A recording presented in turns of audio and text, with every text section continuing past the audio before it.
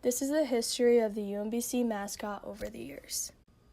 The creation of UMBC's mascot was in 1966, which happens to be Maryland's state dog. No, not the Golden Retrievers, but the Chesapeake Bay Retrievers. In the fall of 1966, there was a contest at the new university for the students to pick the new mascot. On October 30th, 1966, they announced that Tom Berlin won the contest to create the mascot of the Chesapeake Bay Retrievers. After the nomination, in 1967, Claudia, which was the mother of a lacrosse player that played at UMBC, Peter, donated a dog to the school so they could have a live mascot. One of the more famous statues of the mascot is in front of the RAC building at UMBC. It has been told that if you rub the statue's nose, it will give you good luck, so many students rub his nose before exams. This statue was created in 1987 by Paulette Ray.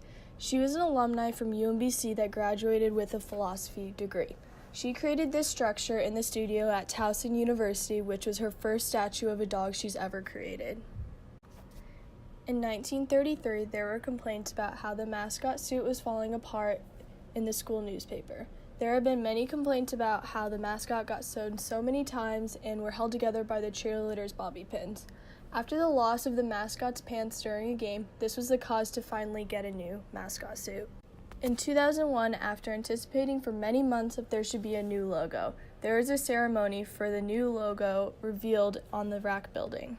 In 2006, it was stated in the UMBC newspaper that there was a consideration in turning the mascot from a retriever to a ninja. The reason behind this was to get more government funding for the school if they changed the mascot, such as more money for new merchandise. Obviously, this was just an idea, so the mascot stayed the same as the retriever. So what made you become the mascot? Why did you want to become the mascot? I remember when I was at my orientation here, we had little sheets of paper on the table that had the fight song on them.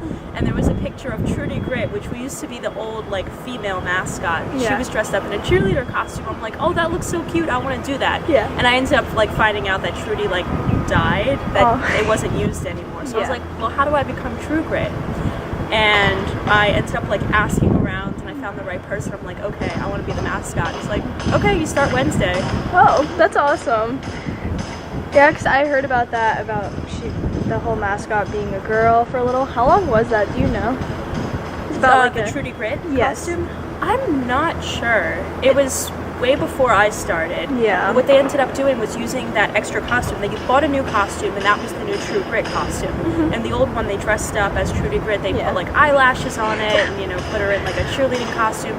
They ended up taking that costume off, putting an old basketball uniform on it and hanging it up in the back of the rack. So there used to be a mannequin hanging, watching over everyone in the lobby. In 2007, they decided to dress the mascot into a cheerleading uniform to call her Trudy Grit. She represented the sister of True Grit, which is very rare to see a mascot dressed in women clothes. October in 2008, there was a new puppy named Gritty that represented the UMBC mascot. I think the most special event I got to do was my own graduation. I was asked to lead the procession out of graduation. So what happened was the arts people graduated first, so I walked across the stage, and then I went out the back door, and I was in a special room with the provost and Dr. Rabowski, and I was basically back there chilling out. I got in costume, and then I went back out and led everyone out, and that's just special, that's your graduation day. Yeah. But you still get to do something really special. Has the mascot made you feel more part of the school? Yes, 100%. The spirit and the connection, I feel it's so much stronger. I was just on a bus a couple days ago going from New York to Baltimore, and that was the day of the America East final.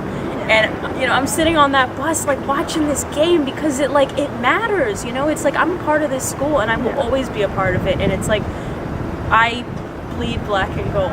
How has it been recognized on Barstool's magazine? That was an incredible article. I read that and I teared up, and every time I read it out loud to someone, it just makes me emotional. It said, could the UMBC Retriever be the most talented mascot ever?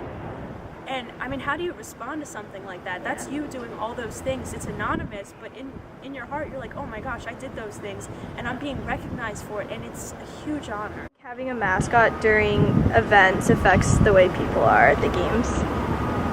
It affects the sort of crowd to player connection. Like, the mascot is sort of both. The mascot is a part of the crowd, but then the mascot's also in the uniform, so they're also sort of like a player because they're out on the court, but they go between, the bleachers and the court. So it's sort of like the representation of both. You're the number one fan, but you're also considered a member of the team. Over the years, True Grit has participated in many of the events at school, such as the sports events, orientation, when the chess club won their championship, and many other school events, and will always be a part of each victory UMBC has offered to everyone.